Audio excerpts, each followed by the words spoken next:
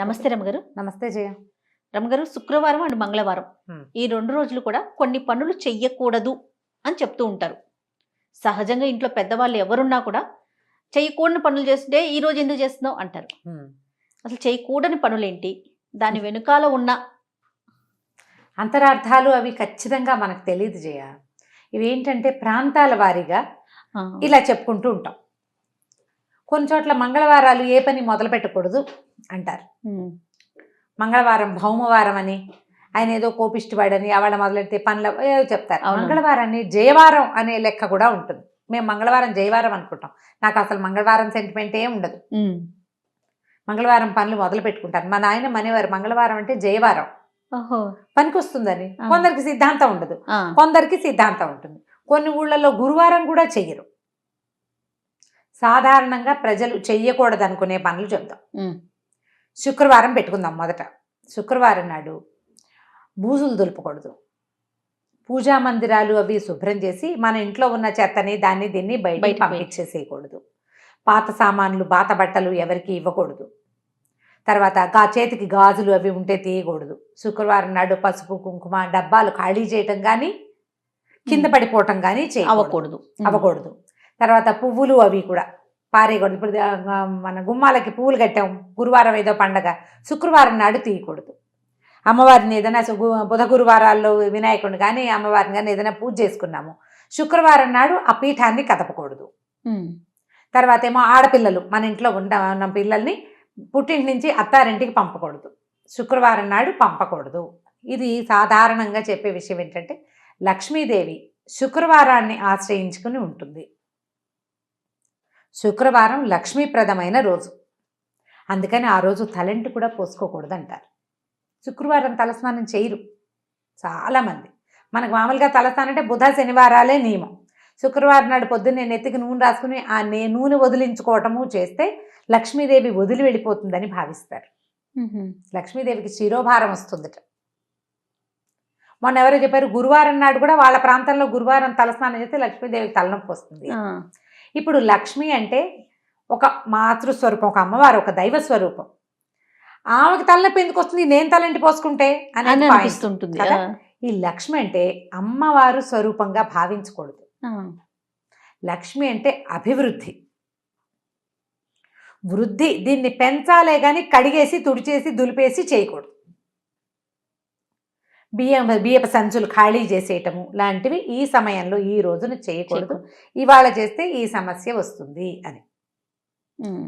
ఆడపిల్లల్ని పంపించరు, అత్తారేళ్ళకి పంపించరు, పుట్టేళ్ళకి పంపించరు. ఒకవేళ ఆ రోజు వెళ్ళాల్సి వస్తే ముందు రోజు పంపించేస్తారు, లేదా మర్నాడు పొద్దున పెట్టుకుంటారు. కానీ శుక్రవారం నాడు వెళ్ళొద్దు అంటారు. అలా వెళ్ళిపోతే వాళ్ళ వెనకాల ఈ ఇంటి తాలూకు అభివృద్ధి నడిచెళ్ళిపోతుందని నమ్మకం.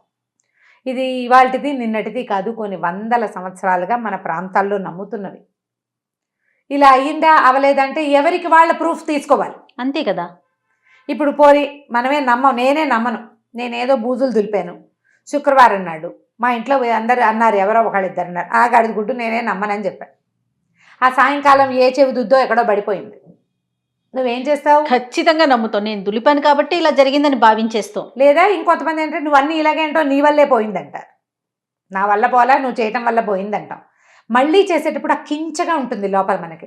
అమ్మో 2 నెలల క్రితం శుక్రవారం నాడు ఇల్లు దులిపితే చెవికమ్మ పోయింది, ఎంత కాదన్నా ఈ రోజుల్లో 10,000 రూపాయల వస్తువు, అంతేగా 10,000 ఏందే వస్తుందా చెవికమ్మ? రాదు. డబ్బు నష్టం కదా. దాన్ని మనం పూడ్చుకోవడానికి ఏం చేస్తాం, జాగ్రత్త, నెక్స్ట్ టైం చేయకుండా ఉంటాం అంతే. అది మనకి అలవాటుగాను కొంతకాలానికి ఆచారంగాను పరిణమించేస్తుంది, అంతే కదా. ఇదే రకంగా మన ముందు కాలాల్లో జరిగి ఉండవచ్చు. అయితే దీనికి సైంటిఫిక్ రీజన్ లేదా ఏమనాలి, జ్యోతిష్యపరమైంది అలాంటిది ఏదైనా ఒకటి కావాలి అంటే మామూలుగా మనకి వారాలు ఉన్నాయి, ఆదివారం నుంచి శనివారం దాకా. ఆది సోమ మంగళ బుధ గురు శుక్రవారాలు, శుక్ర శని. వీటిలలో ఏంటంటే ఒక్కొక్క రోజుకి ఒక్కొక్క అధిపతి ఉంటాడు గ్రహాల రీత్యా. ఈ శుక్రవారము శుక్రుడు, దీనికి ఈ శుక్రగ్రహానికి మనం ఏం చేయాలి, ఏదైనా పూజించాలి, ఏదైనా తెచ్చుకోవాలి. ఆయనకి ఇష్టం అన్నమాట. పూజిస్తే పూజ అభివృద్ధి చెందుతుంది, ఏదైనా తెచ్చుకుంటే అభివృద్ధి చెందుతుంది. ఇచ్చినా పడేసినా దొరకదు మళ్ళీ, అవి రిపీటెడ్గా అవుతాయని చెప్తారు. ఓహో. ఆ గ్రహం తాలూకు ఇది ఉన్నప్పుడు ఆయన ప్రభావంలో మనం చేసిన పని ఏదైనా ఇబ్బడి ముబ్బడిగా అవుతుంది. ఇల్లంతా దులిపేసి చెత్త అంతా బయటపారేసావు, ఎప్పుడు నీ ఇంట్లో నుంచి బయటికే పోతూ ఉంటుంది. అలా కాకుండా నువ్వు ఏదైనా ఒక మంచిది తెచ్చుకున్నావు, ఎప్పుడు వస్తూనే ఉంటుంది. ఇదే పాయింట్. ఓకే. గ్రహాలను అనుసరించి ఈ విధానాన్ని అవలంబించేవాడు. మరి మంగళవారం ఏంటి రమ్మగారు? మంగళవారం కూడా ఇంచుమించుగా ఇలాంటిదే. మంగళవారము కుజుడు భూ సంబంధం, ఆయన భూమి పుత్రుడు. అవును. ఆయన కూడా ఏంటంటే ఆయన కొంచెం కోపిష్టివాడు, ఎర్రటివాడు, ఎర్రగా ఉంటాడు. ఆయనకి ఏంటంటే ప్రశాంతమైన వ్యవహారాలే కానీ పెద్ద పెద్ద వ్యవహారాలు అవి చేస్తే దురుసుగా అయిపోతుంది ఆ రోజున. ఆయన కోపిష్టివాడు కదా, కోపంగా ఉంటాడు. అందుకని కొన్ని ప్రాంతాల్లో ఈ మంగళవారాన్ని ఇట్లా నమ్ముతారనమాట. వాళ్ళు ఏదో మొదలు పెడితే తొందరపాటు పని కింద పరిణమించవచ్చు, అందుకు ఆ రోజు మొదలు పెట్టిపోకండి పనులు అంటారు. ఈ మంగళ శుక్రవారాల్లో హెయిర్ కట్ చేసుకోరు, గోళ్ళు తీయరు. మగవాళ్ళు హెయిర్ కట్, ఆడవాళ్ళు ఏముంది హెయిర్ కట్లు అనకూడదు కదా, క్షవరం చేయించుకోవటం, గడ్డం గీసుకోకుండా ఉండటం, గోల్డ్. ఎందుకంటే ఈ కట్ చేసేటప్పుడు ఏదైనా ప్రమాదం సంభవించే అవకాశాలు ఉన్నాయి కాబట్టి గోల్డ్ కత్తిరిస్తూ వేలు కదా కోసుకోవచ్చు, ఆ గోల్డ్ అక్కడ ఇక్కడ పడేసేయచ్చు ఇంట్లో. అలాంటివి అశుద్ధమైన వస్తువులు ఉంటే మనకి ఏదైనా ఇబ్బంది రావచ్చు. ఈ ఆలోచనలతోటే మనకి తొలి కాలం నుంచి వద్దనేవాళ్ళు. జ్ఞాపకంగా ఇప్పుడు వారం అంతా ఏవో చేస్తూనే ఉంటామా, ఓ 2 రోజులు చెయ్యొద్దు అంటే మనకే మంచిది కదా, అంతే, మనకి మంచిగా, అంతే. ఎందుకు మానేయాలి అని పోట్లాడద్దు, హాయిగా ఈ ఒక రోజైనా పని తప్పుతుందని సంతోషించండి. ఏమవుతుందని ప్రశ్నలు వద్దు, అంతే కదా రమ్మగారు, పెద్దవాళ్ళు పెట్టారు. కుశంకలు పడకూడదు. మనం ఈ రోజున ఇప్పుడు నీకు అత్యవసరం, నువ్వు ఇవాళ చేసి తీరాలి, లేకపోతే కుదరదు. నీకు రేపు శుక్రవారం, ఇవాళ చేసి ఆ పని, అది రేపు చేయకూడదు, ఈ రోజే చేసి మిగతా రోజులకు అవకాశం ఉంది కదా. మనం కొన్ని చెయ్యొద్దు అన్నప్పుడు దాని వెంబడి పడకుండా ఉంటే మనకు మంచిది. అంతే. కాదని చేస్తావు, ఏదైనా తేడా వస్తే ఆ ఫలితం ఎవరు అనుభవిస్తారు? మనమే. చెప్పిన వాడు కాదు, చేసిన వాడు అనుభవిస్తాడు. అవును. చేయకుండా ఉంటే సరిపోతుంది. మనం వీటిని ఎందుకు ప్రోత్సహించాలి, ఇలాంటివి ఒక భావం వస్తుంది. ఇప్పుడు మన అమ్మ మాట మనం వినాలా వద్దా? ఖచ్చితంగా వినాలి కదా రమ్మగారు. కదా, ఇప్పుడు మన అమ్మ మాట మనం వింటే మన మాట మన పిల్లలు వింటారు, తర్వాత వాళ్ళ పిల్లల మాట వాళ్ళు వింటారు. అంతేనా? ఇది కావాలి మనకి. ఒక వద్దు అని చెప్పినప్పుడు, ఒక నిరోధం విధించినప్పుడు దాన్ని పాటించండి. ప్రశ్నలు వద్దు, ప్రయత్నించండి, ప్రయత్నం చేయండి. మనకి దానివల్ల ఏమిటంటే జీవితాలకు ఒక నియమం ఏర్పడుతుంది కదా. ప్రధానమైంది ఈ రోజుల్లో ఇవి చేయకూడదు. ఇప్పుడు ఇంకా ఏం చేయకూడదు, మనం చీపుళ్ళు అలాంటివి కొనుక్కోకూడదు, మన ఇంట్లో పాత చీపురైనా బయట పారేయకూడదు, ఇలాంటివి చెప్తారు. తర్వాత ఎవరికి డబ్బులు ఇవ్వకూడదు, అప్పు ఇవ్వకూడదు. డబ్బులు ఇవ్వకూడదు అంటే కొనుక్కు రాకూడదు అంటే కొనుక్కోవచ్చు, కొనుక్కుని మనం వస్తువు తెచ్చుకోవచ్చు. తర్వాత శుక్రవారం మన ఇంట్లో పనిచేసిన వాళ్ళకి ఇవాళ శుక్రవారంగా నేను ఇవ్వను అని అనకూడదు, అది తప్పు. మనం పని తీసుకున్నప్పుడు డబ్బు ఇవ్వచ్చు, ఒట్టిగా డబ్బులు ఇవ్వబోకండి. శుక్రవారం నాడు దానం చేయబోకండి. శుక్రవారం నాడు దానం చేయవలసిన విషయాలు కొన్ని ఉంటాయి. పువ్వులు, పళ్ళు దానం ఇవ్వచ్చు. పువ్వులు ఎవరికైనా శుక్రవారం నాడు పువ్వులు ఇస్తే మంచిది. ఓకే.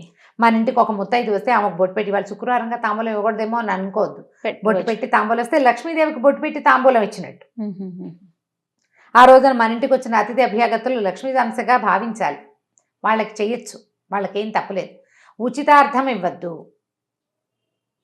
అనవసరమైన ఖర్చులు మానేయటానికి మంగళ శుక్రవారాలు 2 రోజులు ఖర్చు చేసినట్టున్నారు, అంతే.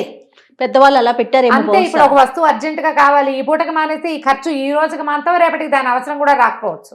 ఆలోచించండి, చాలా సార్లు అట్లా అవుతుంది. అవును రమ్మగారు కదా. అవునవును. ఇది ఆలోచించి చేయండి తప్పకుండా. పైగా హెయిర్ కట్ వద్దంటే మంగళకి ఆ వారంలో ఒక రోజు సెలవు, హాయిగా. మంగళ శుక్రవారాలు చేయకూడదు, ఆ 2 రోజులు అతను రెస్ట్ తీసుకుంటాడు. ఇప్పటికీ మనం అదే చూస్తాం కదా, పార్లర్స్ కానీ అన్ని చోట్ల కూడా మంగళవారం సెలవు తీసుకుంటారు కదా. మంగళవారాలు సెలవు. శుక్రవారం నియమం ఉంటే అది కూడా మంచిదే, వాళ్ళకి సెలవు కావాలి కదా. ఇలా ఆలోచించండి. ఏదైనా ఒక పాత పద్ధతి బాగా జస్టిఫికేషన్ మనం చెప్పుకోలేకపోతాం, వద్దన్నారు మానేస్తే సరిపోతుంది.